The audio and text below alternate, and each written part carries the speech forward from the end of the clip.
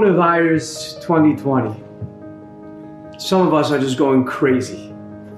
We're sitting at home, on each other's head, nothing going on. And like, when is this gonna end? But for some people, Shabbos could feel the worst. Because the rest of the week we could try to distract ourselves and try to be busy with this and that, but Shabbos comes and there's nothing. It's bliss. What? And then we could get on each other's nerves even worse. And that's people that are together with a family, and some people are all alone. And the whole week I'm alone. And now on Shabbos, I'm still alone. It can be very, very difficult. I'd like to share just a couple of ideas that may be helpful and beneficial to help us survive and thrive through this situation.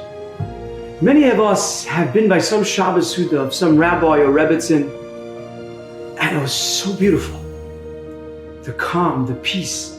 You just felt like you're on a different planet, like you're in an underwater bubble. Benching the licht, lighting the candles, the children sitting around the table singing zmirs.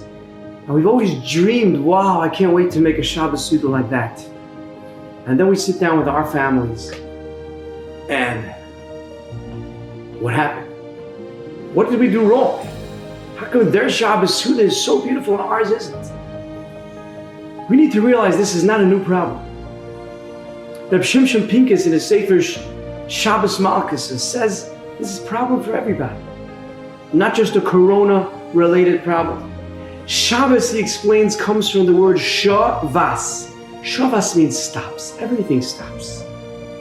And when everything stops, we should suddenly get connected to what's real, to ourselves, to our children, and to Hashem. Shavas, everything stops. And when everything stops, all the tumult and all the noise, and it's just Shavas, we should get back to reality. But the problem is, Shimshon says, it's not always easy to find the reality. And sometimes Shabbos could be the hardest day of the whole entire week. We need to know a couple of things about that rabbi and rebbitzin. The first thing we need to know is they are not you. Their children are not your children. Every family is going to have to find their own tips and their own techniques how to make Shabbos the most special day. So I'm going to share techniques with you that have worked for some people, but they won't work for others. But when you sit and think about someone else's techniques, your mind will be processing the right techniques for you. Another thing you need to know about that rabbi and rebbitzin and their Shabbos table was they put in work. They planned it out. It doesn't just happen. There's a plan, and that plan needs changing. The ideas that they used 5 years ago don't work anymore. The family dynamic changed, especially if you're home alone. Everything changed. You got to change with it and plan. Every savvy investor knows that you got to look ahead at where the trends are going to invest.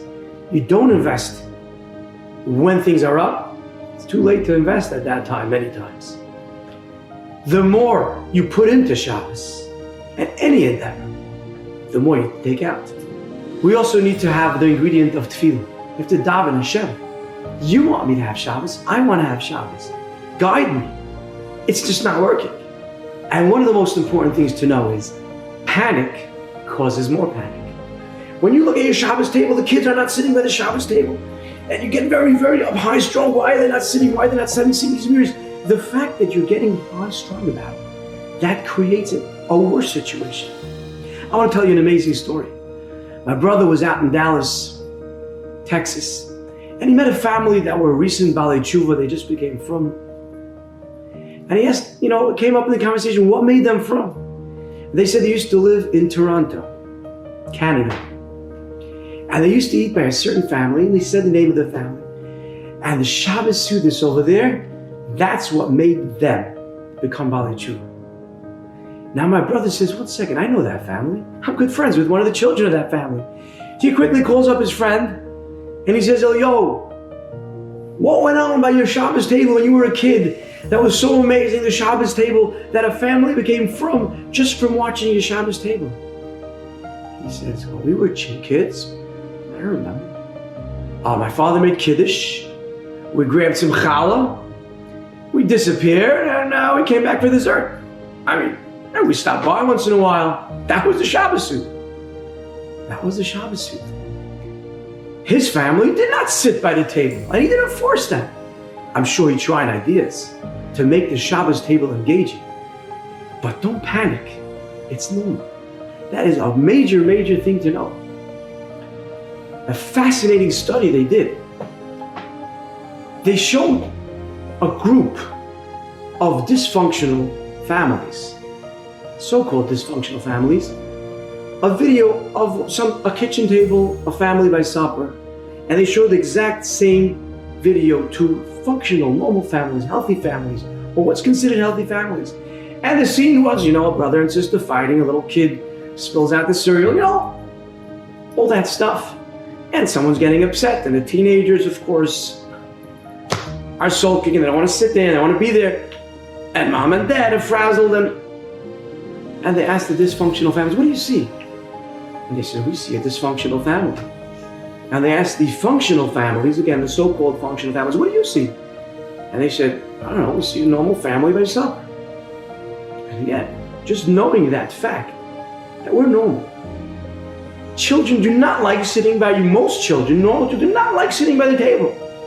They don't like gefilte fish that much. They don't like chicken on the bone or whatever you're serving. And they don't like sitting for so long. That's normal. And once you have that mindset, it's normal. I'm just going to try to get one step at a time to get a little closer to where I want to go. That will make all the difference. Another thing you'd have to know about making Shabbos a happy time is when you have goals and you're taking small steps to get to your goals, you are happy before you get to the goal. As long as you have a plan. I'm planning out my Shabbos and I'm working on it and getting to the goals.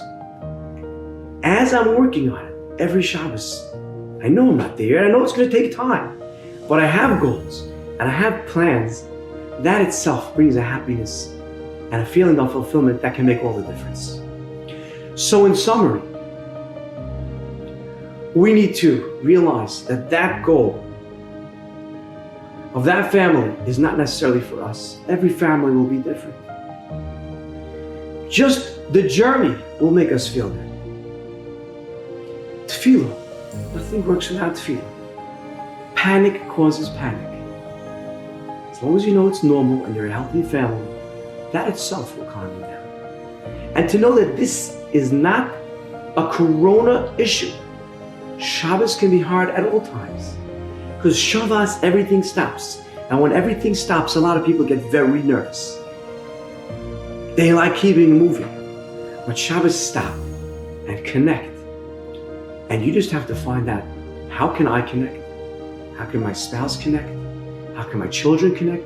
How can we connect to each other? And once we figure it out, we will acquire the gift of Shabbos. So what we'd like to talk about is, first of all, how to plan during the week. Friday night,